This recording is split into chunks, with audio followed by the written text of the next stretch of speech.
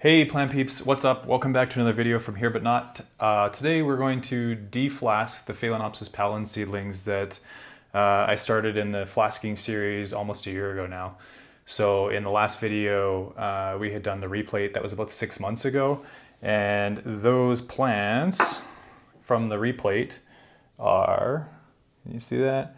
Getting a little crowded in there. In theory, I should probably do a replate at this point. Ideally, you probably want to have them in flasks for about a year and a half-ish, or at least until they're larger. But I don't really want to have a ton of Phalaenopsis pallens. I already did do a deflasking of some really tiny ones, and they've been doing okay. So what I want to do is just pull them all out of flask, get them set up, and show you guys how I deflask orchid seedlings, even if they're like super tiny, and how I care for them. I did do an article on this on the blog. I'll link that down below. That kind of shows the details and whatnot. But I figure as part of closing out this video series, it would be good to show like start to finish from seed to deflasking. What does that process look like? If you're new to my channel, I'm Dustin. I'm an indoor orchid and plant grower up in Canada, and I like to do these type of videos to share my knowledge and kind of different perspective on plant care essentially. You may notice in some of the clips that there's a blue spot on the wall. We had a flood here a couple of weeks ago now, maybe a month. So they're doing construction stuff, which I've been holding off on, but it's not progressing. So I'm just gonna get on with it, ignore the blue spots and stuff on the wall if you see them. First, I want to do an update of some of the seedlings. I won't do all of them like I did in the last video. It's getting to be too many of them, but I'll do a quick update. And at the very end, I've got some lights I want to unbox from the Orchid Hobbyist. Jeff, thanks so much for sending those lights.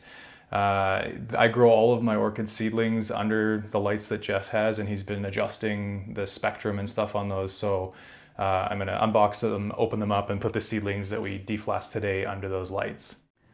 To get things started first, these are actually some new seeds that I started from Phragmipedium cavachii, the one that bloomed in December.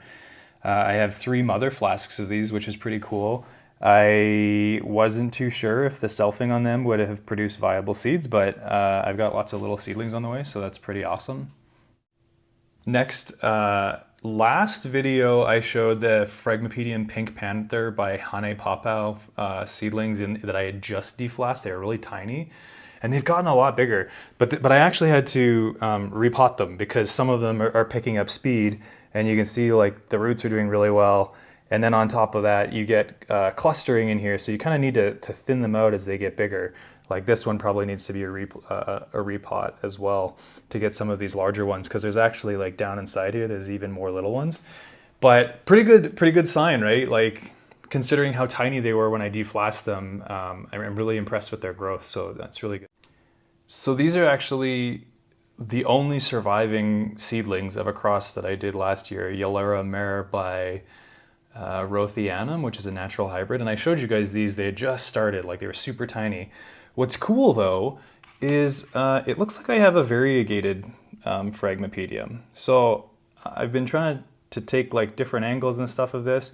That's pretty sweet. I haven't seen a variegated frag before, and Phragmipediums grow from the side of the plant as they like mature and age when they get new growths. So I don't entirely know how that's going to work out for once this plant matures and starts making new growths, if they'll actually carry forward with that variegated trait. But so far it's been on every one of the leaves at about a 50-50 kind of split, which is really neat.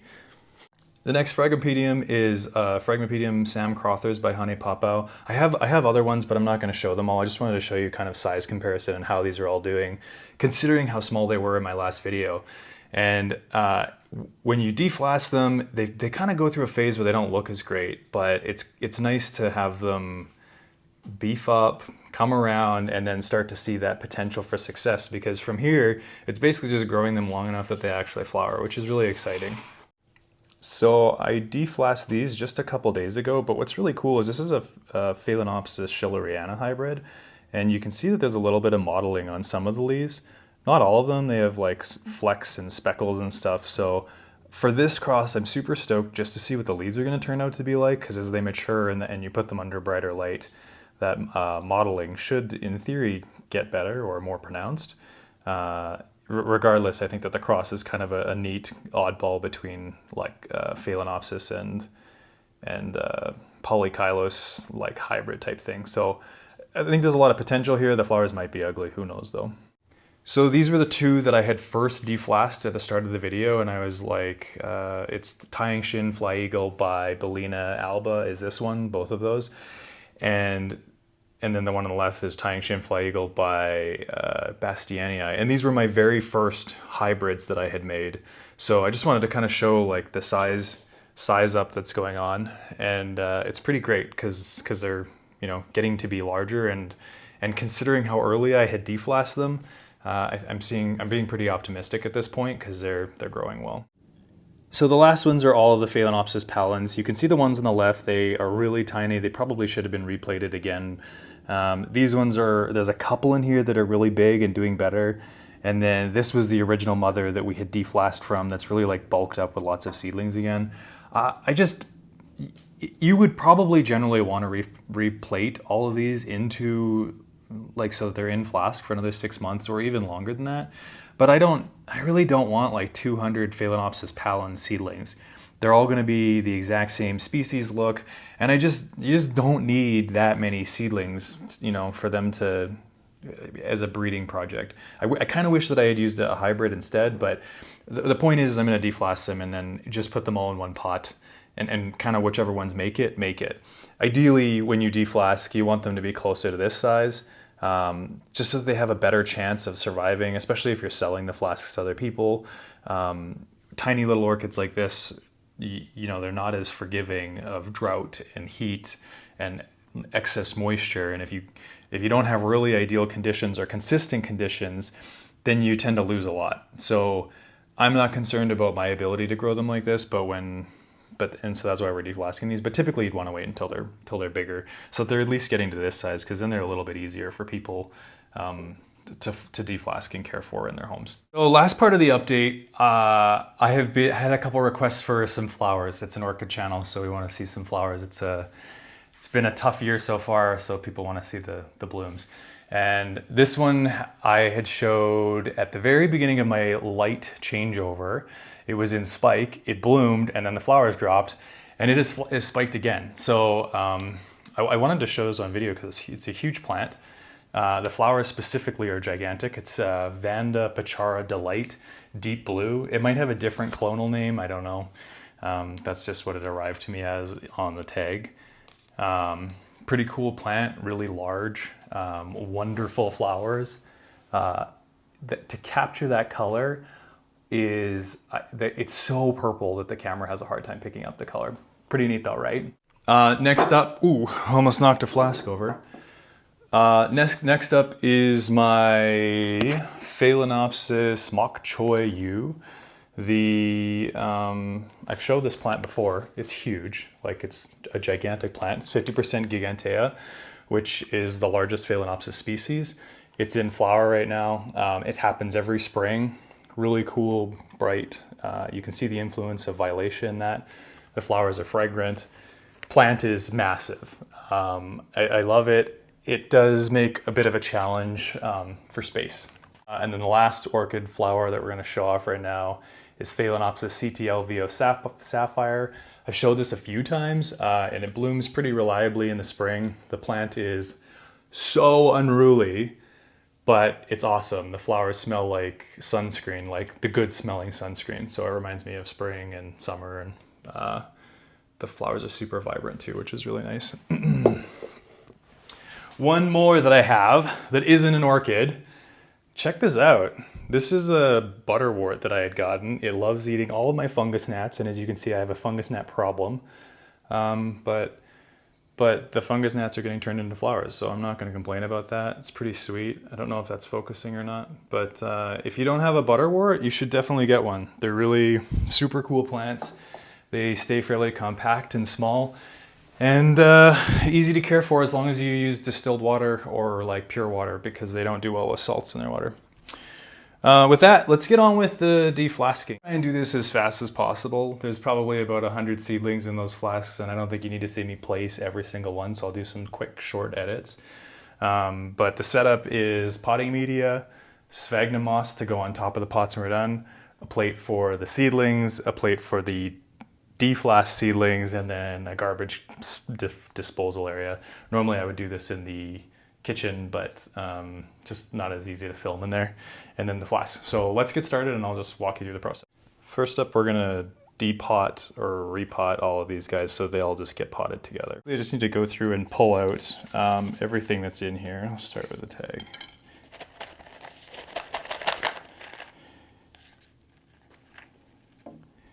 And I'm gonna need to pull all the stuff off of these, so I'm gonna just edit this. So I have all the seedlings out, separated the old media, and I'm just gonna separate these from them. All right, the seedlings have been depotted, and now we have a free pot to use to plant the other ones into. There's a couple like tiny protocorms. These are likely not going to come around, so I'm not gonna worry about them too much. I'll still plant a few of them up in here, but you can kind of see that basically all you want is not that. You just want the seedlings themselves. So next we're gonna open up these flasks. Okay, once you got the tape off, you just open the container up. You can see that there's a whole mass of them inside there, and we basically just need to fish that out.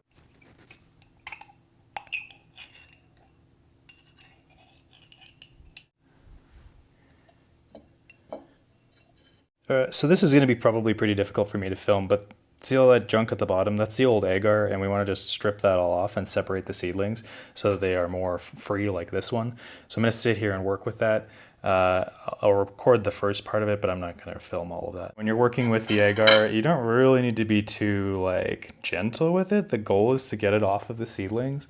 Like you can see it jammed up on the roots and stuff. Your goal is to get the seedlings free and try and remove most of that agar, because the agar can mold over time, and so you really want the seedlings to be mostly free. So I'm gonna just get started on this and I'll show you before and after. Before, all right, and after. So that's just one flask. I still have the others two there, and I'm gonna pull them apart as well. Just like a quick caveat, when you're doing this process, like typically I should have replated many more times. These are all jammed together, they're all different sizes. I'm kitchen flasking, I'm doing this as an experiment. I'm not doing this to sell and make like hundreds of babies. So I'm not really too hung up on doing this perfectly. Typically, if you're doing this more professionally, you would have done the replates more often. The seedlings, the protocorms wouldn't be all jammed together, and you'd be deflasking plants at the same size. I don't really care as far as I'm concerned, as long as I get like 20 plants out of this, that's perfect. I will get many more than 20 from these. Even though they're pretty tiny, I've had pretty good success growing them out from even being very small. And in some cases where they're jammed together still, like I haven't fully separated those, the roots grow together, and to separate them involves having to break off roots. And sometimes if the protocorm or seedling only has one root or two roots, you really don't want to be cutting that off. So typically I'll just plant them together in a bundle like that, and you might lose one or two, or they all might just grow well and eventually separate on their own. It's really not too big of a deal. So I'm going to deflast those other ones and get those on the way so that we're potting them up all together.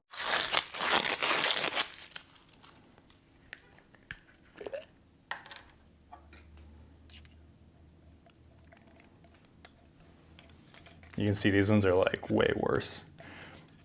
This was the mother, so they really didn't get the nutrients that they should have had. But I don't need a mother of 10 gazillion Phalaenopsis pallens, so we're just gonna pull them all out. Survival of the fittest at this point, see who survives, and like I said, as long as there's 20, then it's okay. Jeez, that's a lot. So those are the mother seedlings. There's so many in there, and a lot of them don't have roots. I'm still gonna plant them all just to give them a fighting chance. Typically, I found that as long as they're maintaining hydration and getting light, they will grow. Sometimes you lose the little tiny protocorms between the media and they eventually die, but I expect even out of these, I'll probably get 20 to 50 plants, whereas the rest of these, I'll probably get most of them into full size, except for maybe some of these tinier ones. And then the last one, these are also so small. They didn't grow very well after the replate, so I'm just gonna get them out. So they're all deflasked, including the ones that we unpotted, the first flask, and then the two mother flasks or mother flaskins, sort of a replate. Now all of these seedlings are eventually going to get into a plant that is that big. That's the mother, the original plant that I had self-pollinated. So you can see how the breeding experience process can become like pretty space intensive if you have every single one of these turning into one of those. It's been a bit of a process, an interesting thing to do, but just be aware that if you're buying a flask or if you're going to start doing this yourself, to make sure that you have the space for it, because I probably won't. So we'll have to figure that out later on. My plan is to sell these at the local Orchid Society and kind of help increase the availability here in Calgary. All right, so the next step is going to be just to get these things potted up, right? It's going to be a bit of a process. So again, it's going to be snappy and fast, not every single plant being potted in, but I'll start it out so you can see kind of what I'm doing, and then I'll just edit to the end. So first up, pot and potting mix. I'm going to take the potting media and get it in the bottom half. Typically I want to leave a bit of space around the tops so that as the water evaporates from the base of the media, it kind of travels up in here and it creates more of like a humid zone close to the plants, but that I don't actually have to put them into a special grow area or container. I can have them just grow as a pot like this. You may have seen when I was depotting that I had a lot of leca in there. Part of the reason I want to do this repot is because the leca dries too fast. At least it does in my climate. So my other seedling mix has not included leca. The plants dry out slower. It takes about a full week, whereas with the leca it was every 2 to 3 days. And the seedlings were suffering because they were just drying too fast. And if I wasn't there to water like on the second or third day, then they were getting really dry and I was losing like a seedling every now and then. So that's kind of why it's half potted and why I'm not using that leca this time. I'm going to take the pot and grab the sphagnum moss and create a ring of sphagnum around the outside of the pot. And what I'm going to do is place the seedlings against the ring and then pot them in and work towards the center. And if this is a bit choppy, I apologize. It's pretty hard to like maneuver a camera and get these types of shots. All right, so there's a ring of sphagnum around the outside. We see it like this, and we're going to lay each seedling down as best we can against the sphagnum. So that they kind of sit along the edge, but I'm going to have to work with this big one because it's got really long roots. All right, see how I've placed the plant against the sphagnum with the extra roots hanging out. And then we'll use the tweezers to take the sphagnum moss and tuck it in around the roots. This is nearly impossible for me to do while holding a camera and like using my right hand to do this. So I want to show what I'm doing. I'm going to go and place the rest of the seedlings around that outside ring, and then I'll get into filling in the rest. All right, you can see that I've done a ring around the outside. Next, I'm going to fill in with the sphagnum moss around that ring. Typically, you want to pot with like-sized seedlings. So you want to try and pot the bigger seedlings with the bigger seedlings and the smaller ones with the smaller ones. Super technical, right? But if you go and you're kind of mixing sizes, and what happens is some of these larger ones that are going to produce larger leaves on their next growth are going to overshadow some of those tiny ones. Now, as with most things I do, it's more do as I say than as I do, because like I said, I'm just trying to get these potted up together. So I may have to go grab another pot because we still have so many more of these to go. But let's get this sphagnum in. All right, you can see that I filled in the sphagnum moss around the roots, and I just use the tweezers to tuck it in so that it fits in close and you cover up any type of stray spots like this. Probably want to go in and cover this root as well and bury it inside there. You kind of need to do that for all of them though. It gets a little bit easier as they become protocorms and less roots, but those typically don't survive as long. So your goal is to use the sphagnum moss to wrap it around the roots and provide like an extra period of moisture or humidity really close to the root. And the reason that I go work from outside to in is it just makes it easier for potting them up and making sure that it's kind of organized and well spaced out. And then in the middle, you kind of end up with all the extra junk, and if it dies, that's okay. But I'm going to continue potting up the rest of this so that the plant or the whole pot is full of seedlings. All right, check it out. Everyone's potted in. I've gone in and placed a bunch of tiny little pieces of sphagnum to try and cover up most exposed roots. There's still a few like that you're not going to get around, but the goal is to have sphagnum covering most of the roots. And then there are quite a few left over, so I'm probably going to have to get a second pot for these. Most of these I don't think are going to survive. Some of these ones like this that have a good chunk of root on them tend to do really well. Any of the ones that are, like that there probably won't survive. But I have seen them survive from even the tiniest little protocorm, so I might as well just pot them up anyways. You can see there's quite a few left. These ones I think mostly will do well, and now what I want to do is soak them down and make sure that the roots are or the plants are hydrated. The nice thing about this species, Phalaenopsis pallens, is that it's pretty drought tolerant. It comes from the Philippines, so they have like a seasonal drying, which has made the plant a little bit more forgiving of dryness, which hopefully means that I'm going to have a lot more seedlings in the end, maybe. And I water these the same way that I water all of my plants. I have my trusty water bottle, and I literally just soak in and around, and then typically I go back through afterwards and check and make sure that the seedlings, the roots are still hidden. I can fill in some of the sphagnum moss pieces, like I might put like a tiny bit right there. But for the most part, the repotting process or deflasking is done. So now we should set up those lights and get these plants set up and ready to grow. Okay, let's open this box up. It's been sitting since Jeff sent it to me in my back room for like 2 months. But we just had so many things on the go that I haven't been able to get to it. And I'm sorry, Jeff. I feel bad about that, but I do appreciate you sending me these. I am so stoked for the new lights, especially now that you've got the spectrum into the far red. I already use these on a lot of my seedlings, and they work very, very well.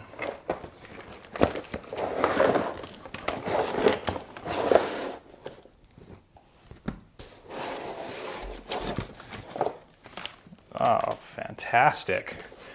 So we got 5 lights in here, and I assume this is all of the tech. Great, very exciting. I'm going to show you where we're going to set these up. I'm not going to do the individual, I'm not going to do the individual details. I'm just going to show like some quick edits. This is where they're going to go, so I need to clean that off. As you can see underneath here, this is where the other seedlings are. And part of the reason that I needed new ones is because I don't have any more space. So a good problem to have, but it's time to set this up. So let me clean this off and get started. Not entirely perfect, but I can tinker with that afterwards. Moment of truth. We have light. Let's grab the seedlings and we'll put them under the light and I can start cleaning some of that up. But when you're repotting seedlings, always tag them. It is so easy to get these mixed up if you have a bunch of seedlings on the go. And the worst thing in the world is not like to have an entire pot like this and not know what the seedlings are. So always tag them. You can see that I did the second pot of the smaller ones. So we'll move these over there. There we go. So I'm gonna have to take some of these other ones that are spilling onto the ground and put them up there. But as you can see, we're pretty much done. Jeff's lights are really great. That's why I wanted to include them in this video. He's done some adjustments on the far red on those. So I'm really a big fan of them. I've talked about them a lot. If people ask, typically it's the first light I recommend. I have bought other brands of light or lights. And the nice thing about the ones that the Orchid Hobbyist has created is that they're the spectrum on them is really good. And I've noticed in the seedlings that I grow, they just work well. And I've had issues with other LEDs where they don't necessarily work as well for plant growth. And I'm able to grow like a wide range of things under these lights, from carnivorous plants that need highlight to the phragmipediums, to all sorts of things. So big fan of those lights. Thanks again, Jeff, for sending me those. So I think that's pretty much it for this video. Hope it's not too choppy, because this one was like tough. That was, it's hard to repot and do the tiny things as well as everything else. So, Clyde's of fur. Ooh, good news. Oh, that's all you do is sleep. Yeah, good kitty. Does it smell like baby orchid seedlings? Yeah. All right, thanks guys for tagging along. Subscribe if you haven't. Comments down below if you have any questions or if I skipped something that didn't make any sense. I'll also put the link to the Deflasking Seedlings written version, where I cover all of these things in text format on my website. And other than that, I hope things are good with you and your plants are well. Now that this is pretty much out of the way, that means that the next video I should be doing will probably be more on plant care rather than deflasking or those sort of things. So stay tuned. I'll talk to you soon. Hope things are well. Bye guys.